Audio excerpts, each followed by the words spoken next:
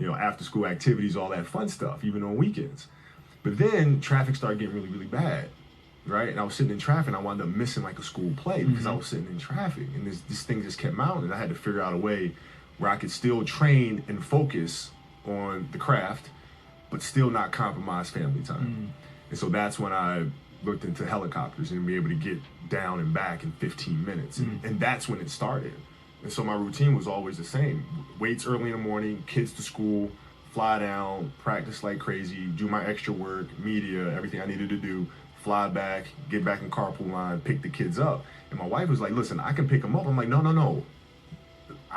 I want to do that because you have road trips and times where you don't see your kids, man, So like every chance I get to see them and spend time with them, even if it's 20 minutes in the car, like I want that.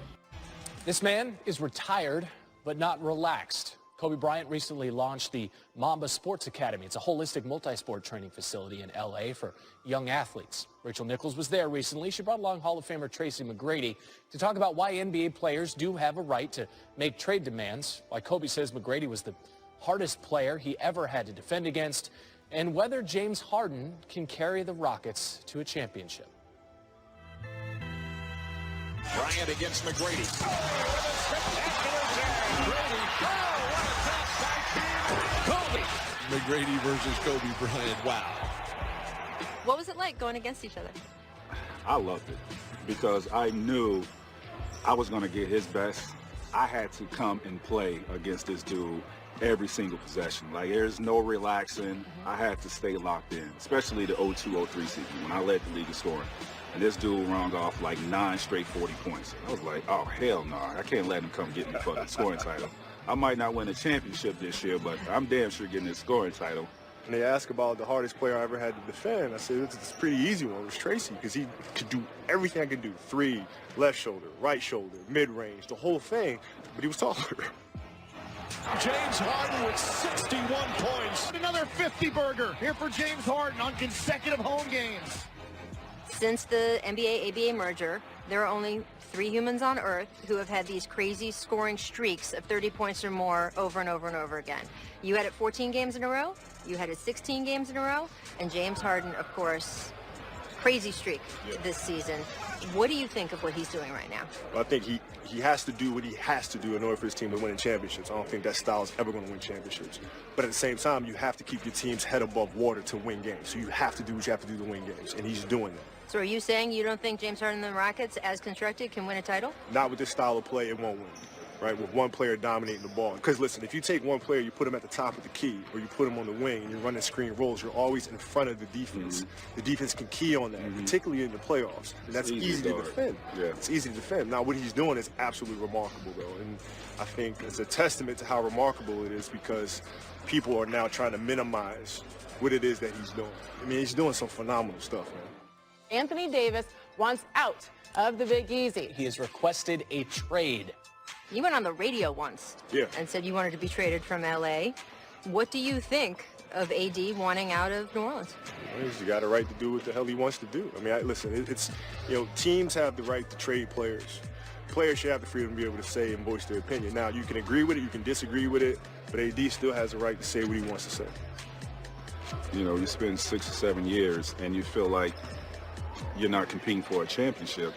Like, at some point, you're going to want to get the hell out of there and go to an organization that is serious about winning.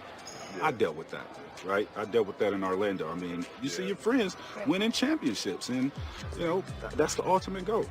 All right, so Mr. Laker, how aggressive should this season's, this week's Los Angeles Lakers be about getting Anthony Davis?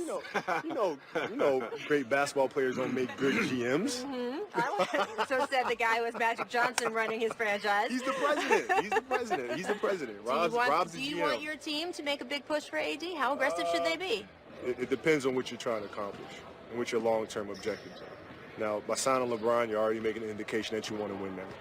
Right, so I think it'd be a smart thing to do for the Lakers to look at that, right? But at the same time, you got to play a little bit of poker, right? I'll change the subject for you. I want to ask you about LeBron. Yeah. I don't think it's a coincidence that he had the worst stretch of games out, the worst injury of his career went after he turned 34. You snapped your Achilles at age 34.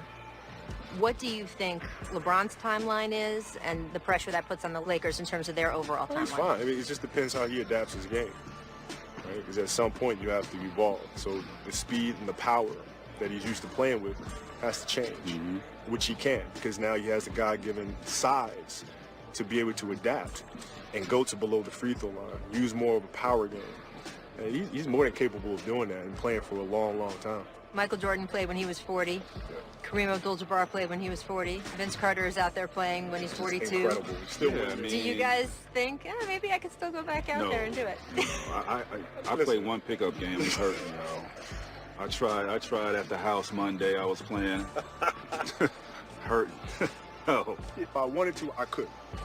I don't want to. You sure? I'm sure. The love is gone. If I wanted to, I could. With the technology, nutrition, studies, all the things that you have now, you could certainly do it. I just don't want to. All right, let's get back to the usage rate that Kobe Bryant touched on here. The highest for Kobe in a season where he actually won the title, it was 32%. That 2009-2010 season, the 7th highest in any season of his career. We put him there on the screen.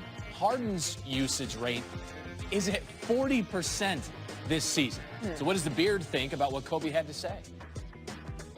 I mean, I have to be ball dominant just because we have injuries. You know, we had injuries throughout the course of the year. So, but when we get Chris, you know, in the rhythm and Eric back and get our full roster, we got multiple guys that can make plays, multiple guys that can dominate the ball. So, I mean, for right now, he's probably right. You know, this way that we're playing won't happen in the play. Won't get us to where we want to go. But we haven't had a full roster yet. So, I'm excited for that to come.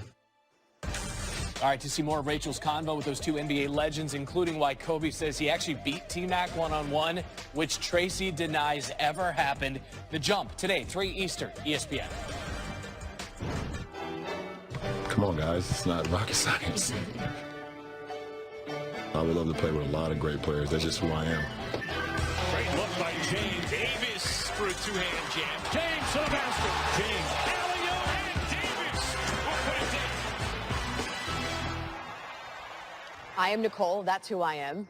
He says his name is Bobby Marks. I believe him. Okay, look, LA has reportedly, according to Woj, upped its offer in an attempt to get Anthony Davis in their preferred uniform. They've offered Brandon Ingram, Kyle Kuzma, Lonzo Ball 2 first-round picks in exchange for Davis and some contract support. But they're going to have to do better because the Pelicans haven't even countered an offer yet. What kind of a deal would actually make sense for both teams? Well, I think we first have to look at what their assets are right now. We've talked about the first-round picks right now. Right now, the Lakers are willing to offer 2. New Orleans wants 4. That's a lot. That would be 4 unprotected first-round picks. The young players, Ingram, Ball, Kuzma. Okay, that checks off one of the boxes. The expiring contracts, those are more just cap fillers. Rajon Rondo, Michael Beasley, Lance Stevenson. The likelihood those players never even get to New Orleans. So that's just to make the money work. Here's the problem. By taking a player like Solomon Hill back, that's a concession. This number for next summer goes to there. And how do you fill out your roster? That is the decision. And this is a big sticking point. Two first-round picks to go up to 4 right now. Okay, so if they would make a deal happen, the big question is what's left? What does the Lakers roster even look like? Because you've got Anthony Davis and you've got LeBron James. I get it. That looks awesome, but you've given up. These guys aren't there. They're gone. No, they're not. And we can put Anthony Davis where Kyle Kuzma is. We can put we'll put Kentavious Caldwell-Pope where Lonzo Ball. We'll put Ivica Zubac where Tyson Chandler. You still have Josh Hart, and this is your roster right now. We haven't even talked about their depth. Their depth would be depleted, and as we mentioned before, you've got $15 million in cap space to go out and fill all the holes, this upcoming summer. I mean, LeBron has probably done more with less in past years. In the East, though. You make a good point. That's Bobby Marks.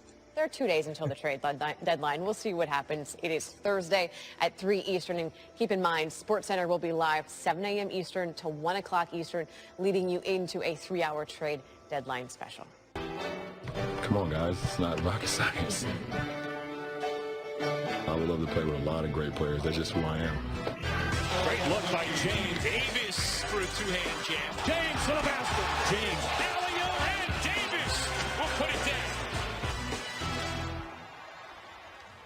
more things to talk about than just the Super Bowl. Woj is here. The NBA trade deadline is this week. It's Thursday, 3 p.m. Anthony Davis is still, at least at this moment in time, a member of the Pelicans. He'd like to be a Laker. The Lakers would like him. Where do those trade talks stand? Well, the Lakers made an offer last week. They gave him they gave New Orleans a few variations of offers, none that really bowled the Pelicans over. They're going to talk again this week, and the Lakers know that their offer is going to have to increase. They're going to have to put multiple first-round picks in it. They're probably going to have to take a bad salary or two back from the Pelicans, and they're going to have to, unload if not all of their young players, good young players, into a deal to get the Pelicans to do this by Thursday, because the Pelicans can roll this over into the offseason when they can have presumably Boston involved. And the trade talks in Boston has a bigger war chest of assets to offer New Orleans, so that the Lakers are going to have to, between now and Thursday, get more aggressive with their offers. I mean, if you're the Lakers, you look at what the Cavaliers are now, right? And what life post-LeBron is if you deal all your young assets, and then you're back in the lottery game.